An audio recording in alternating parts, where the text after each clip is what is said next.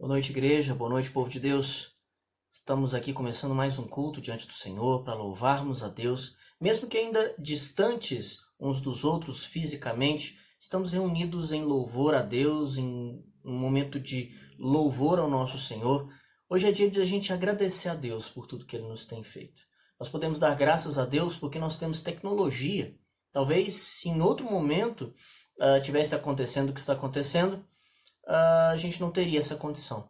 Mas o Senhor nos permite ter essa comunhão através da internet, através das redes sociais, através do telefone. Eu quero convidar você a participar conosco através desse vídeo, através desse momento especial que a gente vai estar louvando o nome de Deus. Eu quero agradecer ao Senhor, quero orar com você, mas antes eu quero ler um texto da palavra do Senhor que está no livro de Tiago, ou melhor, na carta de Tiago, capítulo de número 1, versículo 22 em diante, que vai nos dizer o seguinte: Tornai-vos, pois, praticantes da palavra e não somente ouvintes, enganando-vos a vós mesmos. Porque se alguém é ouvinte da palavra e não praticante, assemelha-se ao homem que contempla num espelho seu rosto natural, pois a si mesmo se contempla e se retira, e para logo se esquece de como era a sua aparência. Você já teve essa situação? Onde você vai até o espelho, se arruma, penteia o cabelo, as mulheres aí passam batom, maquiagem e saem, mas logo depois a gente vai, peraí, deixa eu voltar para conferir se tá tudo certo. Para ver se eu realmente pintei o cabelo, para ver se realmente eu lavei o rosto, para ver se realmente eu me arrumei bem. A verdade é que a gente tem essa questão psicológica, que a gente sempre fica em dúvida se a gente fez da forma correta. O livro de Tiago, ou melhor, a carta de Tiago, fala pra gente dessa forma, o versículo 22, Tornai-vos, pois, praticantes da palavra e não somente ouvintes, enganando-vos a vós mesmos.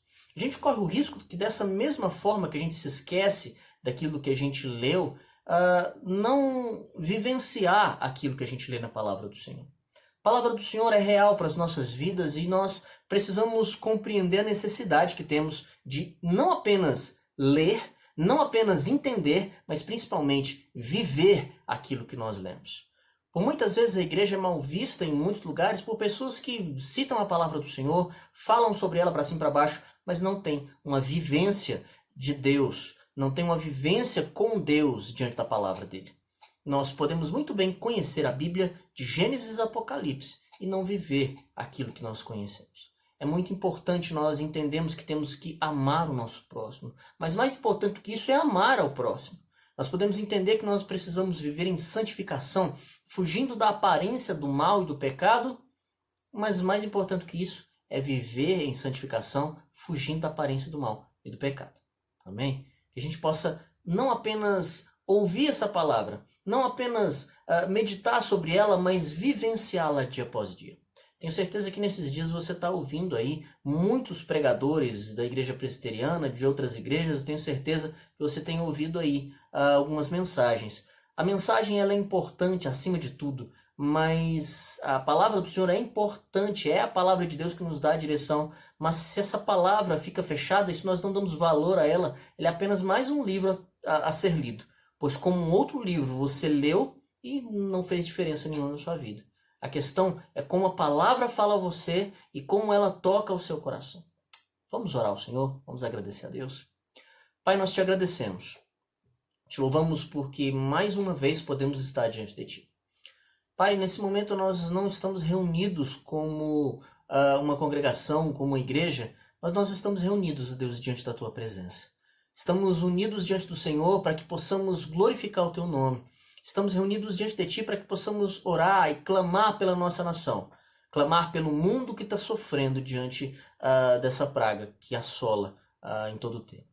Nós queremos pedir ao Pai para que vidas possam ser poupadas, para que haja salvação no meio do Teu povo, para que haja, ó Deus, no nome de Jesus, a proteção do Teu Espírito Santo sobre todos nós. Não apenas, ó Deus, na nossa saúde, mas na nossa mente e no nosso coração. Que nesse momento, ó Pai, muitas dúvidas pairam sobre o nosso coração, muitos questionamentos. É nesse momento que nós precisamos, Deus, da Tua palavra, precisamos da Tua direção, precisamos do Teu guiar sobre as nossas vidas. E é no nome de Jesus que oramos, te louvamos e te agradecemos. Em nome de Jesus. Amém e amém. Amém, meus irmãos? Deus possa abençoar esse dia, que esse seja um culto de louvor e adoração a Deus. Vamos louvar o Senhor. Daqui a pouquinho a gente vai passar a palavra de Deus.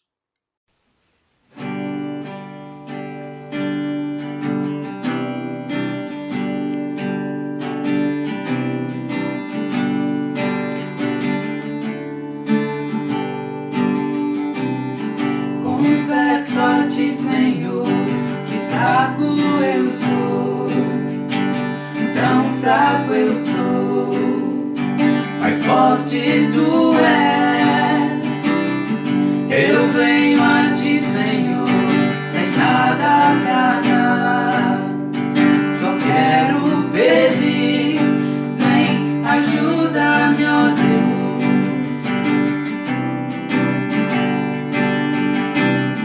Confesso a ti, Senhor, que fraco eu sou, tão fraco eu sou, mas forte tu és. Eu venho a ti, Senhor, sem nada pra dar, só quero pedir, vem, ajuda-me, ó Deus.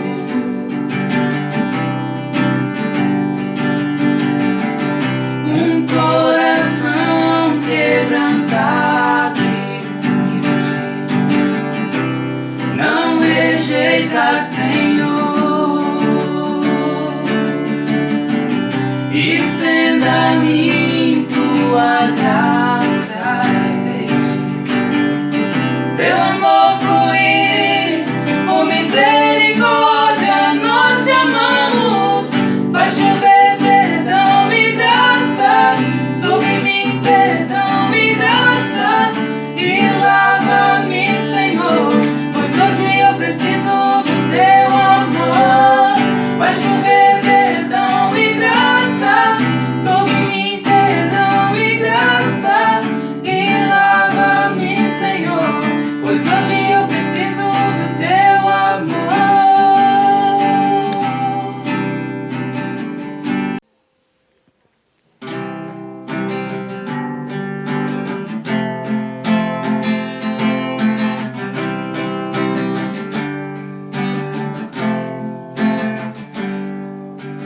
Luz do mundo vieste à terra, para que eu pudesse te ver. Tua beleza me leva a adorar-te, quero contigo viver. Vim para adorar-te, vim para prostrar-me, vim para dizer que és meu Deus. És totalmente amável, totalmente digno, tão maravilhoso para mim. Eterno Rei, exaltado nas alturas, glorioso no céu. Humilde viestes à terra que criaste, por amor pobre se fez. Vim para adorar-te, vim para prostrar-me, vim para dizer que és meu Deus. És totalmente amável, totalmente digno, tão maravilhoso para mim. Eu nunca saberei o preço dos meus pecados lá na cruz. Eu nunca saberei o preço dos meus pecados lá na cruz.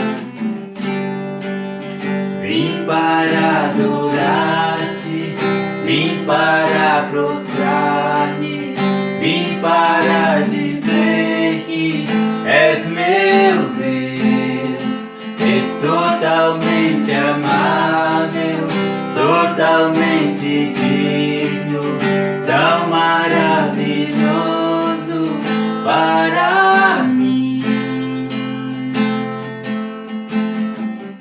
Eu quero convidar você a ler comigo a palavra do Senhor, ainda em Tiago, capítulo 1, mas nós vamos seguir do versículo 1 até o versículo de número 4. Tiago, capítulo 1, versículo 1 até o versículo 4.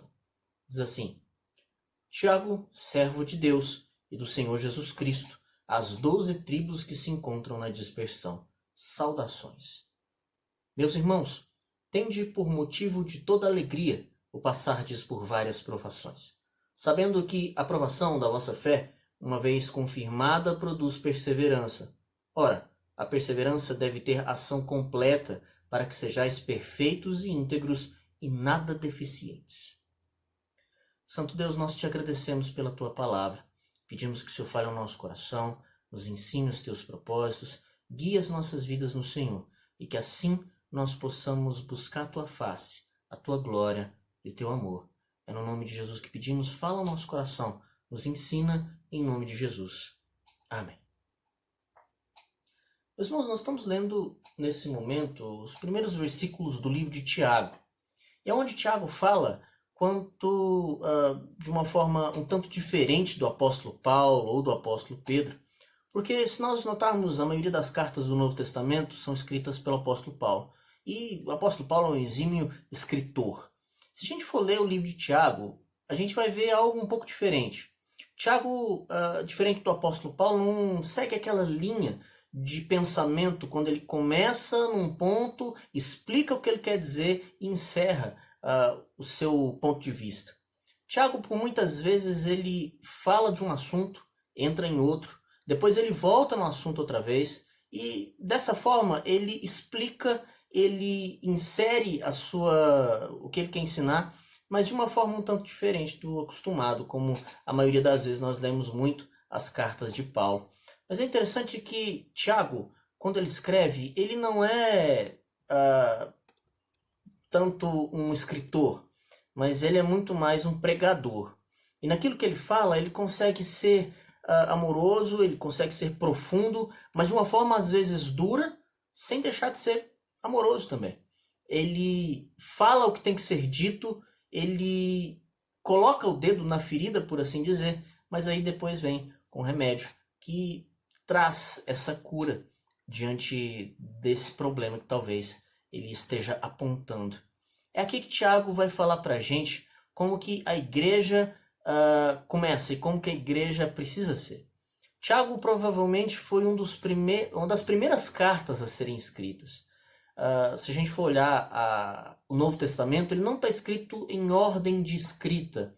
Ele não está sendo escrito em ordem do que saiu, do que foi escrito, do que foi enviado. Não, mas ele está em uma ordem diferente. Primeiro você vê as cartas de Paulo separadas, os evangelhos, Atos dos Apóstolos, as cartas de Paulo, Hebreus, a gente vê as outras cartas dos outros escritores e por fim o Apocalipse.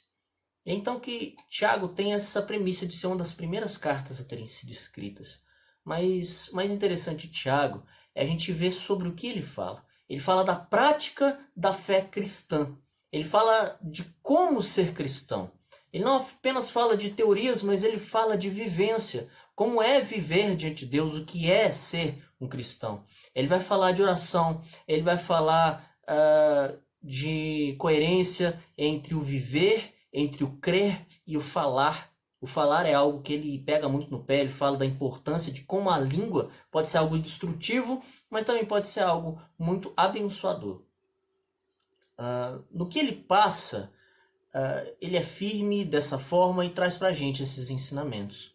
Tiago, no primeiro versículo, no versículo de número 1, ele vai dizer o seguinte: Tiago, servo de Deus e do Senhor Jesus Cristo, às 12 tribos que se encontram na dispersão, saudações. Tiago começa, como a maioria das cartas, se apresentando, melhor dizendo, apresentando quem ele é, e apresentando depois disso, depois de quem ele é, a quem ele está escrevendo. E ele escreve às 12 tribos que se encontram na dispersão. Como assim? Ele escreve a uma igreja que estava foragida, por assim dizer. Se nós lembrarmos de Atos dos Apóstolos, nós vamos lembrar que Tiago, lá em Atos dos Apóstolos, logo depois da morte do diácono Estevão, houve grande perseguição.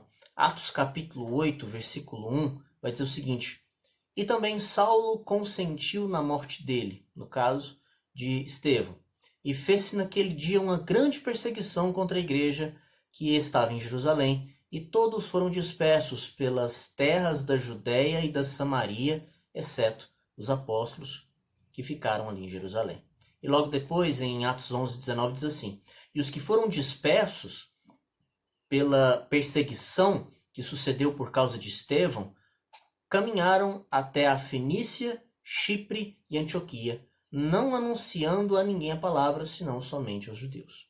O fato é que a igreja se dispersou logo depois do avivamento ali, quando o Espírito Santo veio sobre a igreja, em Atos capítulo 2, a igreja tinha uma comunhão maravilhosa. Dizia-se que o povo partia o pão de casa em casa e iam mantendo essa comunhão muito amorosa, e Deus ia acrescentando aqueles que iam sendo salvos. Mas o interessante é que isso estava tão bom, estava tão gostoso, que eles ficaram todos em Jerusalém. A questão é que houve uma grande perseguição. Paulo foi um dos principais perseguidores daquele momento. Então o povo começou a fugir, saiu de Jerusalém, exceto os apóstolos, e foram por todos os lugares. E começaram a ir para as regiões ao redor. O que eu quero dizer com tudo isso? Voltando em Atos e falando nessa introdução. O fato é que a igreja ela já não ficava só em Jerusalém, mas estava dispersa, espalhada por todas as outras regiões. Esse povo que estava sendo perseguido era a igreja de Jesus Cristo. Era a igreja do Senhor. O fato é que o povo é igreja, mas ainda assim não está livre de aflições. Nós estamos passando por um momento que nos traz bastante aflição. Nos traz dificuldades, lutas, em todos os sentidos. Talvez você possa estar pensando na questão financeira, pensando na questão espiritual, pois nós não estamos conseguindo ir à igreja juntos. Nós estamos passando por esses momentos complicados, mas você pode pensar quantas aflições nós podemos passar. A perseguição da igreja por muitos momentos pode ser vista depois disso com uma questão ainda mais intensa. Pode trazer medo, ansiedade, dificuldades para a igreja se manter depois disso tudo, mas uma coisa é certa: não é porque somos igreja que estamos isentos das dificuldades. Podemos olhar nas 7 cartas de Jesus Cristo às igrejas ali no Apocalipse, as 7 cartas do Apocalipse, as quais Deus fala com João para que ele escreva a essas igrejas, e mostra que cada uma delas passava por uma perseguição muito grande. Uns faltava até comida, outros eles eram perseguidos até a morte, outros passavam por lutas internas como heresias e falsos profetas ensinando dentro das igrejas. A questão é que as aflições vão estar sempre no meio da igreja. Jesus nunca disse que por sermos cristãos estamos agora livres de problemas. Pelo contrário, Jesus disse: no mundo tereis aflições, mas tende bom ânimo, eu venci o mundo. Cristo nos disse que sim, nós teremos dificuldades, mas antes disso tudo, antes dessas dificuldades, teremos a presença dele na nossa vida antes e durante toda essa dificuldade. Ele estará conosco em todo o trajeto. Então não é porque a gente está passando pelo que está passando que a gente vai passar a se perguntar: mas e agora? O que está acontecendo? Por que Deus permitiu que tudo isso acontecesse? Sim, tudo isso tem uma permissão de Deus, mas em tudo há um propósito do Senhor para a nossa vida. Não se esqueça, Deus está no controle de tudo. Não é porque uma pandemia se alastrou pelo mundo que isso foi um erro, ou que Deus se esqueceu, ou isso escapou das mãos de Deus. Não, Deus ainda está no controle de tudo. A questão é que essa não é a primeira pandemia que o mundo enfrenta. Nós já passamos por diversas delas. Nós tivemos há poucos anos atrás, na década passada, a gripe suína, gripe aviária. Nós tivemos a SARS, que é um outro tipo de coronavírus. Nós tivemos no começo do século passado, 1918 mais ou menos, a gripe espanhola, que assolou o mundo inteiro. Isso não é novidade, talvez para nós isso seja novidade. Para nós isso seja algo novo. Mas a questão é que Deus está no controle da história. Depois de tudo isso passar, depois de que tudo isso acontecer, nós vamos ler nos livros de história como que isso aconteceu e vamos ver sim a direção de Deus no meio disso tudo. O guiar do Senhor no meio dessa história. E Tiago vai falar sobre exatamente provação. Ele fala sobre uma igreja que está dispersa, por isso sendo perseguida, mas ele fala no versículo 2 sobre essa provação. Meus irmãos, tende por motivo de toda alegria o passardes por várias provações. Você já louvou a Deus hoje pela provação? Você já agradeceu hoje pela provação que você está passando?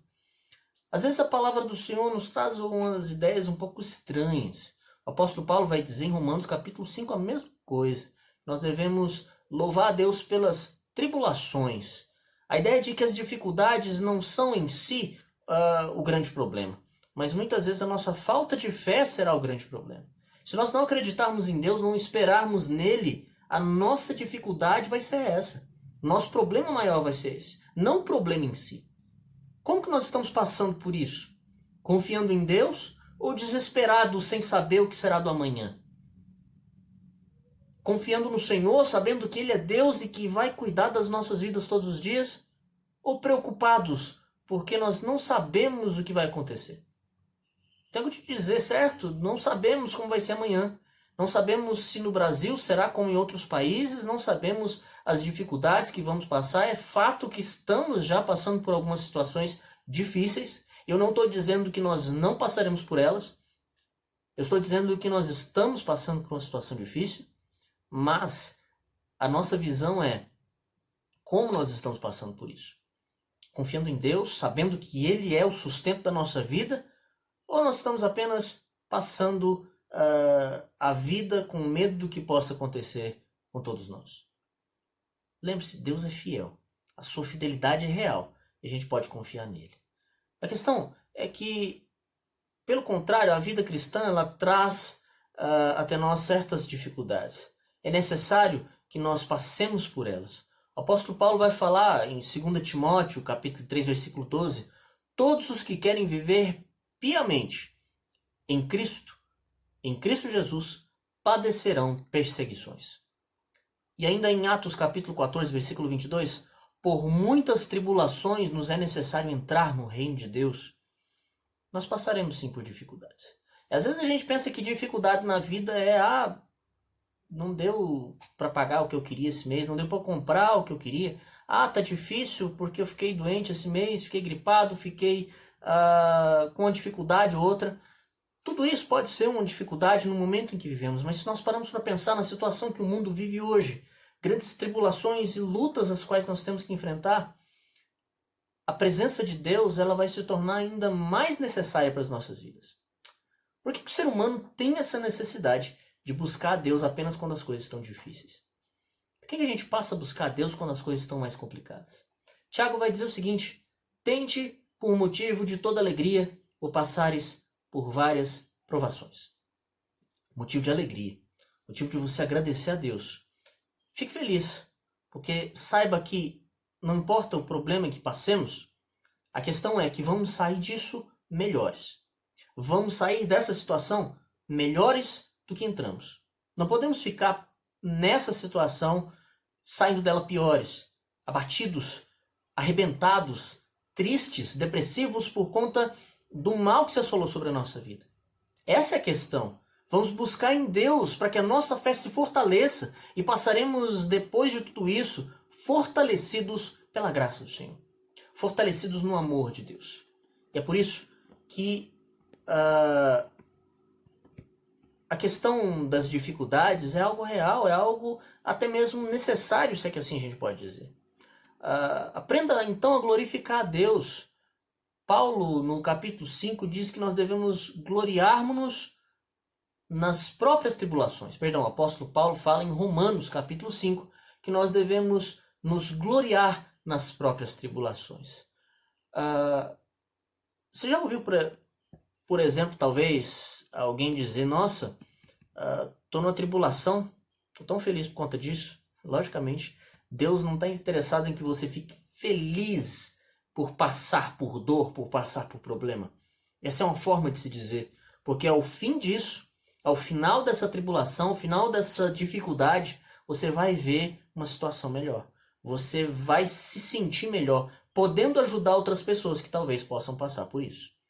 Se alguém talvez esteja depressivo, doente até mesmo, com alguma dificuldade após essa situação passar, nós podemos ser aquelas pessoas que vão estar firmes e fortes para estender a mão e fortalecer essas vidas. Onde está o seu coração nesse momento? Na preocupação? Na dificuldade? No que vai ser talvez daqui 2, 3, 4, até mesmo 5 meses daqui para frente, como tem se falado em muitos jornais? Preocupe-se com o hoje nesse momento. Sim, precisamos projetar o futuro, programar o nosso futuro. Mas preocupe-se com o agora. Busque o Senhor. Ore a Deus e saiba que Ele está na direção de tudo isso. Chega a ser engraçado, mas a palavra de Deus nos ensina que deveríamos olhar para os nossos problemas com outros olhos. Por muitas vezes a gente tem medo de passar por isso. Quando a palavra do Senhor nos chama a enfrentar isso de frente, a lutar contra isso, a sermos, como eu posso dizer, pessoas que enfrentam o problema adiante, na força e no poder do Senhor. Muitos homens de Deus viveram essa situação. Eles olhavam para um problema diferente, como Moisés teve medo diante do mar vermelho se fechando, ou da dificuldade do deserto, mas ele clamava a Deus para que Deus desse direção para ele. Davi, diante de Golias, teve não medo, mas ele falou: quem é esse incircunciso que atenta contra o exército do Deus vivo? Olhar para Deus ou olhar para a situação de uma forma diferente é o necessário para as nossas vidas. Que a gente compreenda o que a gente está vivendo e possa se fortalecer, não por conta da nossa própria força, não por conta do problema em si que a gente está enfrentando, isso nos dá força, não, mas porque nós confiamos naquele que pode tudo, aquele que criou todas as coisas, que nos trouxe vida e vida eterna. É por isso que a gente pode descansar em Deus, pois sabemos que tudo está sob a direção e o controle do Altíssimo. O dicionário vai definir para a gente dificuldade como, provação como dificuldade, situação aflita ou sofrimento muito grande, que põe à prova a força moral, a fé, as convicções e etc. de qualquer indivíduo. O dicionário define dessa forma. Mas eu quero convidar você a olhar para isso diferente. Porque muitas vezes as nossas provações não vão ser apenas problemas, mas será aquilo que nos coloca contra a nossa fé, aquilo em que nós acreditamos. Talvez aquilo que nos ponha contra a nossa fé seja o medo do que está por vir. Talvez a dificuldade que possa nos impedir de acreditar mais, de buscar mais, possa querer nos limitar e afastar do Senhor. Você pode até pensar: mas eu sou tão fraco, eu sou tão... é tão difícil viver isso. Sim, é um momento difícil. Mas eu quero convidar você a entender tudo isso com o propósito de Deus e a vontade do Senhor sendo estabelecida sobre a sua vida. Tiago vai continuar dizendo: sabendo que a provação da vossa fé, uma vez confirmada, produz perseverança. Às vezes a gente pode pensar que por estarmos em casa, ou a maioria de nós, não todos, sabemos que muita gente tem que estar fora de casa fazendo ali o seu trabalho que exige esse estar fora de casa. Eu, por exemplo, estou trabalhando de dentro de casa, estou ligando para os irmãos, estou gravando os vídeos, as pregações, os devocionais. Mas o que é importante aqui a gente entender e compreender nessa situação toda é que, diante de tudo isso, esse estar em casa pode parecer férias. Isso pode parecer um momento de descanso, mas é um momento de perseverança nossa. É um momento de nos protegermos, nos guardarmos, nós fugirmos da aparência do pecado, pois estando em casa temos a mente aí aberta para pensar muita besteira, para fazer muita coisa errada. Então é momento de nós guardarmos o nosso coração em Deus, de nós meditarmos na palavra do Senhor e orarmos diante de Deus pedindo que Ele nos dê livramento. É um momento de perseverança. A tribulação chama isso. A provação chama essa questão. Perseverança, insistência naquilo que é certo e naquilo que deve ser feito. E ele termina o texto dizendo: ora, a perseverança deve ter ação completa para que sejais perfeitos e íntegros e nada deficientes. A palavra do Senhor vem nos falar exatamente sobre isso, que nós precisamos viver fiéis a Ele em todo o tempo. Diante das circunstâncias que assolam a nossa vida, nós precisamos perseverar diante de Deus e buscar a face do Senhor em todo o tempo, em todo dia. Estou convidando você para entregar o seu coração ao Senhor, a dedicar-se a Deus nesses momentos de dificuldade. Abrace essa situação. Busque ao Senhor. Louve a Deus porque Ele é o Senhor. E veja com os olhos de Deus, conforme a vontade do Senhor para a sua vida. Olhe lá adiante. Depois que tudo isso passar, depois que toda essa situação acabar, talvez a gente dê muito mais valor a muitas coisas. Família. Quantas vezes nós não tínhamos tempo nenhum para a família? Vamos dar muito mais valor à oração, à palavra de Deus. Vamos dar muito mais valor ao culto, ao momento de podermos estar diante de Deus. Tudo isso tem um propósito diante do Senhor. Não posso dizer exatamente o que é a vontade de Deus nesse momento, mas eu tenho certeza que o Senhor está no controle de tudo. Eu tenho certeza que Deus é Deus e a sua vontade vai ser estabelecida sobre as nossas vidas. Tiago vai trazer para a gente, nesse contexto, essa palavra, essa ideia de que a perseverança precisa ter uma ação completa. E assim a provação, a dificuldade, a luta vai ter o seu propósito. Nós vamos perseverar sobre a tribulação, vamos vencê-la da forma que tem que ser vencida. Nesse momento, é nos protegendo, é nos guardando, guardando os nossos aonde quer que eles estejam, cuidando deles, mesmo que às vezes à distância, nos protegendo para que nós não venhamos a passar por essa situação. Mas o mais importante é que nós venhamos a perseverar fisicamente, nos cuidando de todas as formas, na saúde, que nós precisamos tomar esse cuidado, mas principalmente espiritualmente.